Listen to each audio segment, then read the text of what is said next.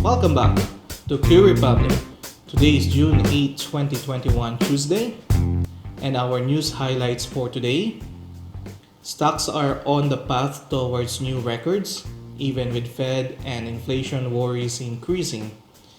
Even with the headwinds from the Fed and inflation, a booming economy and strong earnings should send the market to a series of new highs this summer. I'm pretty optimistic about US equities. 4 reasons: accelerating economy, strong earnings, accommodative Fed, and stimulus, according to Trivariate Research. S&P 500 has been edging near its high and got a boost Friday after the May jobs report. Tech rallied but it lost steam Monday on news that G7 agrees to a minimum corporate tax of 15%. Cyclical sectors like energy and materials the most as inflation plays. Good price momentum, upward revisions, and attractive valuation versus history. The stars haven't aligned this much in the last 10 years. Inflation is a top concern. Economy heats up and corporations discuss shortages and rising material costs. CPI will be released on Thursday and expected to grow 4.7. Fed said that the inflation data is temporary due to short-term supply chain issues and comparisons to last year's weakness. The current quarter's GDP growth is expected to be strongest this year, with economists expecting average growth above 9%. In other news, European stocks close higher as US inflation data dominates week ahead. European stocks closed slightly higher Monday despite fears over rising inflation. Investors around the world are looking ahead to the release of key US inflation data on Thursday. If Thursday's data show prices continuing to rise in May, traders fear that could cause the Federal Reserve to step back from its loose policies. In other news, para naman po sa ating PSEi down as caution engulfs investors. So para po ito sa ating performance yesterday. The local stock market started the week on a sluggish note as investors reassessed gains from the rallies seen in the last 2 weeks. PSEi ended slightly lower on low trading volumes as investors tried to get a feel of the sentiment, which is typical for the first trading of the week. Several blue chips took considerable losses, mainly property issues, as selling pressure picked up while most buyers were on the sidelines. The low value turnover tells us that investors are beginning to turn cautious again, similar to what we are seeing in stock market abroad, according to AAA equities. PSEi might still come under pressure and test a stronger support level as investors take profits. Dito naman po sa chart sa ating PSEi, nagkaroon po tayo ng pag-bounce kahapon from our closing price. So umangat po tayo ng 45 points or 0.68%. Meron pa rin po tayong momentum. We are still trading above the moving average 9 and mini-maintain pa rin po natin itong ating support sa may 6,700 level. Pero at the same time, makita po natin yung ating struggle kasi kung ikukumpara po natin itong move natin from the previous one last week, on the 4th day or on the 5th trading day, nagkaroon po kagad tayo ng massive na pagtaas. Pero ngayon po is maliit lang po yung ginawa nating candlestick and yung volume natin is nag-average po kagaya po ng previous volume natin before our rally. So, cautious pa rin po yung ating mga investors, especially this coming Thursday, ilalabas yung CPI ng US, and halos lahat po ng investors across the globe is nag-aabang po doon sa result ng CPI ng US dahil doon po mababase kung patuloy pa ring tumataas yung kanilang inflation, and doon din mababase kung maapektuhan ba yung decision ng Fed regarding its monetary policies, that they are saying that they are not going to taper it, pero according to mga investors pati na rin po sa mga traders, there's a possibility that they will taper their monetary policies. So very important pa rin yung inflation sa ngayon, pero meron din naman tayo nakuhang news, despite na merong inflation, madadala pa rin yung pagtaas ng market because of the good economy recovery, pati na rin yung mga high earnings natin. So kumbaga, na-highlight lang yung inflation kasi ikinukumpara siya sa takbo last year, 2020. So last year, syempre talagang doon bumagsak yung market. So talagang down lahat, and ngayong 2021 is nag-i-start pa lang. So we will see by next week. Pero sa ngayon, ang pwede po nating maobserbahan sa ating PSEi, it could be na mag-sideways po tayo. Ganyan din naman yung news natin kahapon. Pwede tayong mag-sideways dito sa ating PSEi. And yung news natin today, we can revisit our strong support. And yung strong support natin na na-mention kahapon is dito banda sa may 6,600.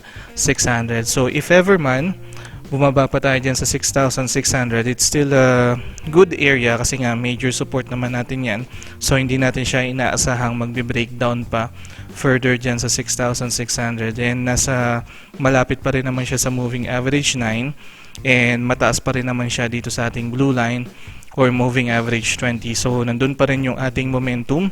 So ang kailangan lang natin gawin ngayon is iwasan yung pagbili ng mga stocks near sa resistance area, and kailangan natin bumili pag nagpo-pullback na sila dun sa support level, kasi iyan yung galaw ng ating market ngayon, sideways, and may revisit our strong support area. So ganun din yung pwede nating ma-observe dito sa ating mga stocks.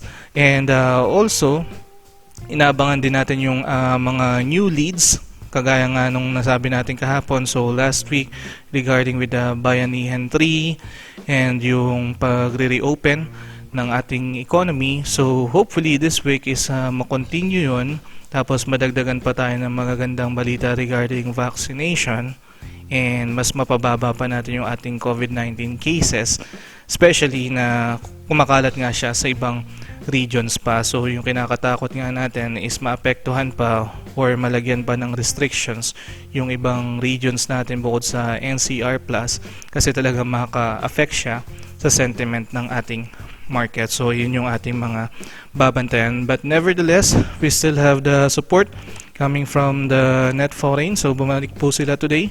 Meron tayong 29.01 million. So after naman po na itong mababa lang din naman na paglabas nila kahapon, pero mababa lang din yung pagpasok ngayon. So talagang makikita natin yung galaw ng ating mga investors is very cautious. So parang naka-hold lang sila, hindi naman sila masyadong bumibili at di rin naman sila masyadong nagbebenta. So titingnan po natin yung magiging takbo, especially ng US and our European markets this coming week. At ang mga stocks na i-review naman po natin for today, these are dito CME, Manila Mining, CLI, AC Energy, Apollo Global, Merimart, Mega World, Globe Telecom, and MPI. Sa mga bago pong nanonood ng video na ito, I'm inviting you to please subscribe on this channel para maging updated po kayo sa mga bagong videos na nilalabas po natin, particularly sa mga news at insights na binibigay po natin sa ating mga stocks. Like and share this video as well para mapagbigay insights din po tayo sa iba. And also, before we proceed, I would just like to say thank you and acknowledge the following people. Thank you, Ruel Taneo. Unfortunately, hindi pa rin nga ganun kaganda yung vaccination rollout natin, and hopefully is mas maagawa pa ng magandang hakbang ang government natin para mas mapabilis pa ang ating inoculation para sa ating herd immunity, especially na tumataas ang ating cases sa ibang regions din. Ingat po dyan lagi sa Riyadh, Saudi. Salamat din po Hilroy, and hopefully ganyan din po ang response ng lahat ng ating viewers para po mas ma-inspire pa tayo sa mga susunod na video pa na gagawin natin. Anyway, pullback muna si AC Energy and Merimart pero still good to invest. Ingat po sa Doha, Qatar. Thank you Adma Bullish from Riyadh, Saudi. Thank you Go Go Go Healthy Life from Thailand. Edna Aquino, Ayan from France. Hello ZF4EK, nice to hear from you again sir. Hopefully everything is okay and kapit lang po tayo lagi sa taas. Thank you Maribel Igne. Hello Dan Jimenez, salamat po. Thank you Wilson Ong sa pagiging consistent po sa pagbibigay ng update sa ating mga stocks. Malaking tulong po itong mga additional inputs natin. More blessings to come po. And thank you Eller Fontamillas from Bologna, Italy. At sa lahat po ng mga nanonood na video natin today, maraming salamat po sa inyong oras at sa inyong pong suporta. Have a nice day and keep safe po palagi.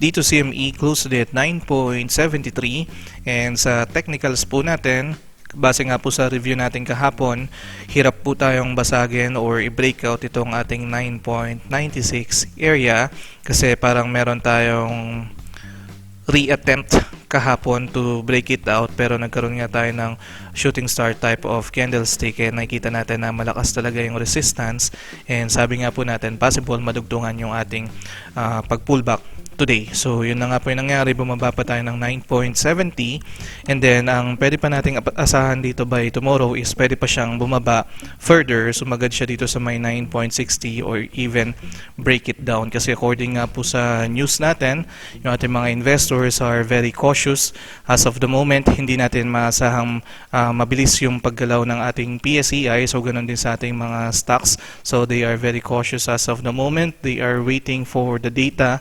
regarding with the CPI or with the growth performance of the United States this coming Thursday. So sa ngayon, ang reminder nga po natin kanina is iwasan natin yung pagbili malapit sa resistance area which is 9.96 dito kay dito CME, at i-aim po natin yung malapit dito sa ating support level. So nandito yan malapit sa may moving average 20 sa ating 9.59 or 9.60, especially kapag ka nagkaroon tayo ng breakdown by tomorrow, so sabihin na natin hanggang 9.50, so maganda pong sumalo sa presyo na yan. So again, meron pa rin po tayong momentum. Natapos naman na natin yung ating downtrend sa ating PSEi, so ngayon po we are on the consolidation stage as of the moment. So i-aim po natin yung bumili ng presyo near 9.59, especially kapag mabe-breakdown po siya ng ating market. So check nyo po maigi yung magiging options natin for dito CME. Manila Mining close today at 0.013. Meron po tayong pag-bounce today na 8.33%, pero same thing pa rin po yung ating magiging review dito kay Manila Mining. Mahina pa rin po yung ating momentum, lalo pa pong nag-flat itong ating volume, and yung number of trades po natin makikita natin na very limited lang. So very lucky po again yung nakasalo dito sa level 12, pero based on our review yesterday, very crucial or high risk pumasok dito sa level 12 kasi hindi natin masigurado na aakit siya sa level 13, pero umakyat naman siya. So hopefully sa mga nakuha po dito sa level 12 is naka-exit po kagad dito, dahil by tomorrow, due to the red flags na nakikita natin, low momentum, low number of trades, there's a possibility na mag-close ulit tayo sa level 12 at bisitahin na natin itong ating level 11. So possible mag-open tayo ng 12, magkaroon tayo ng low na 11, then mag-close ulit tayo by 12 by tomorrow. So alanganin na po itong support level natin na level 12. So more on bounce play pa rin yung ma-observe natin kay Manila Mining. Magandang pagkuha ng bounce play na price is dito po sa level 11, then exit po kagad sa level 12. Wala pa po tayo nakikitang reaction dito sa ating market. So most likely bababa po siya ulit dito sa ating previous level around level 0.009 in the near future or this coming trading days or weeks dahil pababa na po itong ating mga moving averages and patuloy pa rin po yung low momentum na pinapakita ng ating market. So check niyo po maigi ang magiging options natin for Manila mining. CLI closed today at 6.92 and may kita po natin yung paghina ng kanyang momentum. So nagkaroon po tayo ng pag-breakout dito sa 6.60 level noong May 24th at ang pinakamataas na na-reach po natin is dito banda sa may 7.30 pero pinakita po ng ating market na malakas pa yung resistance natin dyan sa 7.30 at tayo po ay nag-pullback and revisiting itong 6.60 level natin. So makita naman natin na maganda yung support natin na 6.66 level. Sa ngayon po hindi po natin siya in-speculate na mabi-breakdown. So maganda yung momentum na pinakita ng ating market pagkatapos niya pong i-breakdown itong 6.90 level natin. So maganda yung naging support ng ating market. Mataas po yung ating volume today and meron po tayong net foreign buying na 2.41 million which is actually consecutive na net foreign buying since May 28, 2021. So meron po tayong magandang support. Number one reason is meron na po tayong information kung kailan ibibigay itong ating stock dividend na 123%. So, ibibigay po siya on July 14th pero matatapos yung parang magiging stock dividend play natin on June 15th. So, habang nasa mababang area pa siya, near 6.60 area, so dyan po maganda mag-accumulate ng shares dahil inaasahan natin na magba-bounce back ulit tayo and possible na i-touch natin to or even breaking it out. Pero after po ng June 15, possible na bumaba ulit tayo dito. So yan yung iiwasan nating dividend play dito kay CLI. So kapag umakit na yung price natin, so siguro mga 7.05 pataas, malakas na po yung ating risk dyan or mataas na po yung ating risk. So habang tumataas yung level, pataas ng pataas yung ating risk kasi baka mamaya maiwan po tayo sa highest area ni CLI just in case. So as much as possible, aim po natin. So sa mga nakasalo po today, dito kay CLI sa pinakamababang pressure niya 6.69, you have an option to hold now until June 15 para po maka-avail kayo for this stock dividend. So again, iwasan po natin bumili sa high level area, especially dito po sa ating 7.18 area. Although again, there's a chance na matouch po natin, i-revisit natin tong high or i-break it out, pero after po ng ating X date, possible po yan na mag-gap down and pumunta kaagad dito sa ating 6.60 area. So check nyo po maigi magiging options natin for CLI. AC Energy closed today at 7.59 and kagaya po ng review natin kahapon, because of this indecision candlestick, although nag-create po tayo ng ating mga high kahapon, higher high, pati na rin yung ating higher low, the fact na meron po tayong indecision making here na candlestick, plus kung i-mirror po natin siya sa takbo ng ating PSEi, there might be a continuation of pullback today. So yun po yung nangyari. Hindi pa rin po kayang i-breakout ng market sa ngayon itong ating 7.80 and then nag-breakdown pa tayo further dito sa ating 7.60 area, and now nandito po tayo sa range ng 7.50 to 7.65. So kagaya po na nangyari sa chart ni dito CME, nagkaroon din tayo ng pag-pullback dito kay AC Energy or continuation ng pag-pullback, pero meron pa rin po tayong momentum na nakikita sa kanya dahil nagte-trade pa rin po tayo above moving average 9. So sa ating net foreign, meron po tayong selling today 8.58 million. Maganda naman siya kasi hindi na siya nasundan or nabawasan yung ating selling pressure dito sa ating net foreign indicator. So same review with dito CME.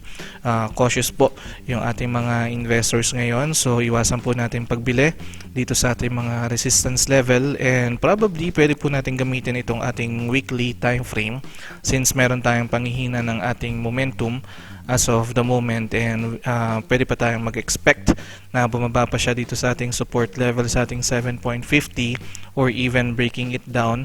The maximum na pwede nating ibaba is dito banda sa may 7.40 area, kasi dito sa ating weekly time frame we are trading above the moving averages, moving average 9, and yung moving average 9 natin is malapit dito sa may 7.40 area. So anything goes na price na mabi-breakdown itong 7.50 at malapit sa 7.40 area, maganda pong kunin yung mga shares na yon to accumulate shares, pati na rin po sa average down. Meron pa rin po tayong momentum, and there's still a chance na magkaroon pa rin po tayo ng breakout dito sa may 7.80 area, pero depende po sa magiging takbo ng ating world market this week, and ayan po yung i-update natin. Pero sa ngayon may momentum pa rin, good to average down pa rin po near 7.40 or just below 7.50 area para dito kay AC Energy. So check nyo po maigi magiging options natin for AC Energy.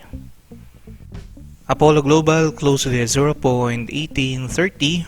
Downtrend pa rin po yung makikita natin dito sa ating daily time frame kay Apollo Global. We are still trading below the moving averages, especially po dito sa ating moving average 9. So today, nagkaroon po tayo ng low dito banda sa may 0.1790 hanggang 0.1860. So possible nagkaroon na tayo ng bounce play today. Meron na tayong gain or naging gain at least 3%. So very lucky nakasalo dito sa low and nakapag-sell dito banda sa may highest price natin. Kasi kagaya po ng review natin, we still have the strong resistance dito sa 0.19 area, and nagpo-pullback na po tayo, and yung sinabi po natin na safe area dito kay Apollo Global for bounce plays dito sa may 0.1780. Makikita natin na flat pa rin yung ating volume.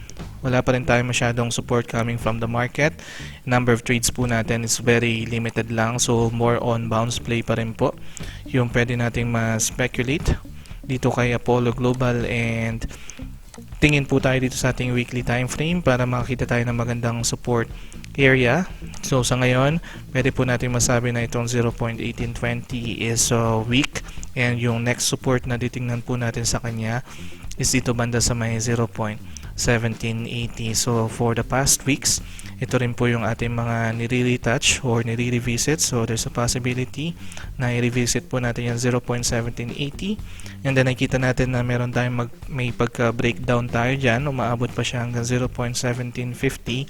So possible low din po yun. So ingat lang po sa pagpasok kay Apollo Global, more on bounce play yung tinitingnan natin sa kanya, and may pagka downtrend pa rin po tayo nakikita dito kay Apollo Global. So check nyo po maigi yung magiging options natin for Apollo Global.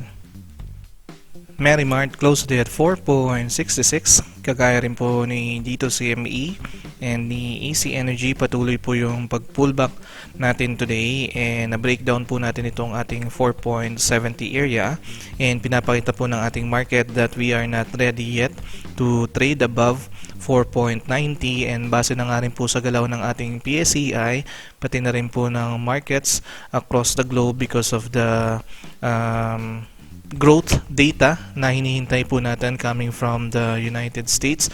Nagiging cautious po yung ating mga investors, and we are on the sideways movement while waiting for the possible leads. So ngayon po nakikita natin na medyo mahina yung ating paggalaw, and we can still speculate that we can still fall down near 4.50 area. So medyo magiging resistance pa rin po itong ating 4.70 area. Again, iwasan po natin yung pagbili near resistance area, and i-aim po natin near the support level sa mga binabantayan po nating mga stocks.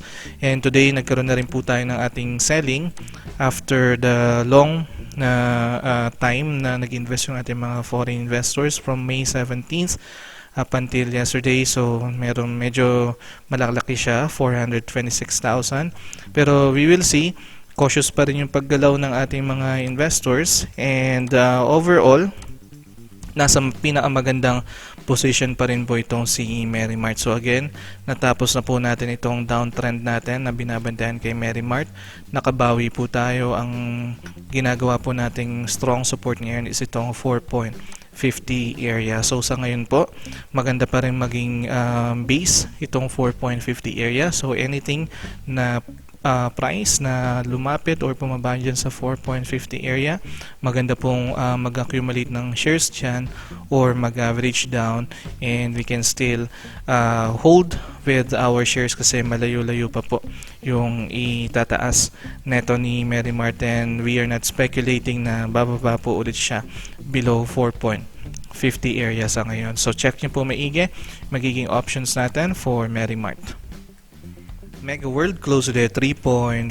Meron po tayong pag-bounce today na 0.64%, pero may kita po natin na mahina pa rin yung ating momentum dahil aside po sa nag-create tayo ng ating lower high from our high yesterday, pati na rin po lower low, is nakikita po natin itong ating red line na moving average 50. Diyan pa lang po is nagre-resist na tayo. So mahinang-mahina yung ating momentum as of the moment, and continuous pa rin po yung ating selling ng ating mga foreign investors para po kay Mega World. So iwasan lang po natin yung pagbili pa rin. Near resistance here dito sa may 3.20 and itong ating 3.10. There's a possibility na ma-breakdown po yan. So tingin lang po ulit tayo dito sa ating weekly time frame since mahina yung ating momentum sa ating daily. And possible na tinitingnan po nating area na i-reach niya is maximum dito sa may 3 pesos. Pero kung i-re-evaluate nyo naman siya, nakita naman tayo ng magandang support dito sa may 3.10. So hopefully magstay tayo dito above 3.10, and nandiyan pa rin naman itong ating uptrend channel na sinusundan, and we are just right behind moving average 9 if that ever happens. And again, dito kay Mega World, nasa pinakamagandang position din tayo dito kay Mega World. Kung titingnan po natin siya dito sa ating monthly time frame, natapos na po natin itong ating downtrend na tinitingnan sa kanya na nangyari noong January 2021. And again, kung bibisitahin natin itong ating 12-month time frame, ito pong area natin na 3.15 is nasa record low pa rin po since 2013. So kapag naayos na lahat yung economy natin, yung takbo ng markets around the world, so pwede na po siya ulit umakyat dito sa ating higher level as high as 5 peso or 6 peso area.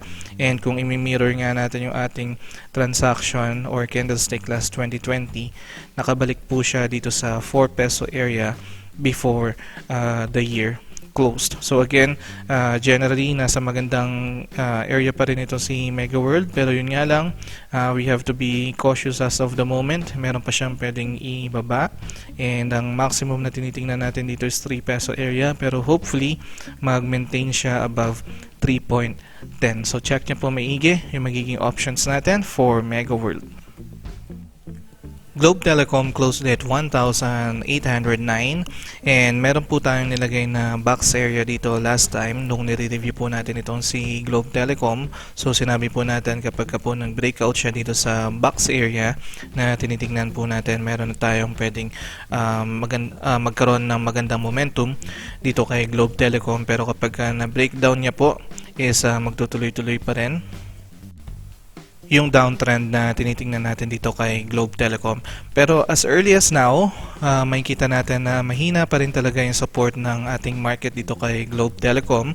So una na po dyan, yung ating net foreign, puro selling po yun nakikita natin dito. So wala po tayong makitang support coming from our foreign investors. Pangalawa, natapos na po yung ating rally sa ating PSEi for the last 2 weeks, and then wala naman siya masyadong naging reaction. Kumbaga parang nag-hold on lang siya dito sa ating 1,800 area. So mahina pa rin po yung kanyang momentum. So unfortunately, medyo magiging mahina rin yung pwedeng ma-speculate natin na galaw dito kay Globe Telecom, and possible na bumaba pa po siya dito sa ating 1,740 area. So medyo tingnan po natin siya sa big picture dahil mabagal yung galaw niya, mabagal na pababa yung galaw niya. So downtrend pa rin yung tinitingnan natin sa kanya from this high na 2,000. Pero dito kasi sa ating 12 month, meron tayong magandang momentum sa kanya. Pero syempre, nasa yearly time frame tayo. So yung tinitingnan po nating strong support niya is dito banda sa may 1,740 area. So sa ngayon, wala tayong makitang reaction sa market or support ng market. Ngayon nagre-range na po siya dito between 1,780 to 1,820. Wala pa po tayong nakitang magandang support. Walang bumibili masyado ng mga foreign investors, and yung galaw ng ating market is pababa pa rin po. So sa ngayon, wala tayong makitang reaction dyan. So titingnan po natin itong 1,740. Kapag po ba bumaba yung price ni Globe Telecom dito sa 1,740 is marami ng willing sumalo sa kanya. Pero kapag hindi pa rin, i-re-evaluate pa natin siya. Ibig sabihin, magbe-breakdown pa tayo dyan sa 1,740, and yung next na support na tinitingnan natin sa kanya is dito banda sa may 1,600. Pero sa ngayon, abangan po muna natin siya dito sa 1,740, and from here, we're going to re-evaluate kung possible na ba tayo magkaroon ng bounce or magbe-breakdown pa siya further. Pero sa ngayon, pababa pa rin po siya, and hintayin po natin siya dito sa 1,740 area. So check niyo po maigi yung magiging options natin for Globe Telecom. MPI closed at 4.07, same closing price po tayo kahapon. Meron din po tayo magandang net foreign today, buying na 4.48 million. So medyo maganda yung pasok ng ating net foreign buying since May 27 para dito kay MPI, dahil from May 5 hanggang May 26, almost 1 month, wala po tayong naging support. So ngayon, medyo may bumabalik po, meron tayong nagiging support coming from the foreign investors. Pero kung titingnan po natin itong ating chart, ilang araw na po tayo nagtitrade dito between 3.95 to 4 peso area, pero hirap pa rin po yung market i-breakout itong area na to. So unfortunately, medyo magiging malakas pa rin yung resistance na nakikita natin dito sa 4.07. So makikita natin ilang beses po nating ni-re-attempt na i-breakout po yan. So yung una, nung April 7, then pangalawa April 29, and then ngayon recently June 7. Pero papansinin po natin yung mga high na kinikreate po natin is nagiging lower high po every time na nire-attempt natin basagin itong 4 peso area. And kung titingnan po natin ulit itong si MPI sa kanyang 12-month time frame, medyo significant level po talaga yung 4.25 area, or especially itong malapit sa 4.25 area, kasi ito yung ating nagiging resistance. Breakdown po natin yan noong 2019, and then naging resistance natin noong 2020, and ngayon nagiging resistance pa rin po natin yan ngayong 2021. So makita po natin na after nating re-attempt i-breakout itong 4.25, nag-pullback po tayo ngayon dyan, and then i-retest po natin itong 4.07. Pero it seems na wala tayong masyadong reaction sa ating market, dahil makita po natin dito sa ating volume, wala tayong makita masyadong support, plus yung ating number of trades is very limited lang. And again, yung galaw ng ating PSEi is medyo consolidation going down. Very cautious po yung ating mga investors sa ngayon. So unfortunately, meron tayo dito mga 70 to 80% na hindi pa po natin kakayanin i-breakout itong 4.07 area, and then we have to retest itong 4 peso area dito banda sa may 3.95. So sa ngayon, ito po muna yung tinitingnan natin. Dito tayo pwedeng mag-average down or mag-accumulate ng shares, provided that we're going to check or re-evaluate kung meron na tayong magandang response from the market na makapag-bounce tayo. Kasi kung hindi at matamlay pa rin, pwede pa po tayong bumaba dito sa 3.90. So more on bounce play po yung may experience natin in the short term dito kay MPI, with a strong resistance dito banda sa 4.07 pataas. So check nyo po maigi yung magiging options natin for MPI.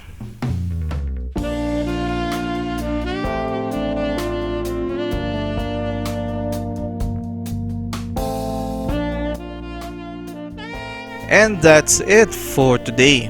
Kung nagustuhan nyo po itong video na ito, please don't forget to like it and share it as well para mapagbigay insights din po tayo sa iba. And also, kung meron po kayong additional information or thoughts dito sa review na to, comment nyo lang po yan para makatulong din po or makapagbigay information din po tayo sa iba.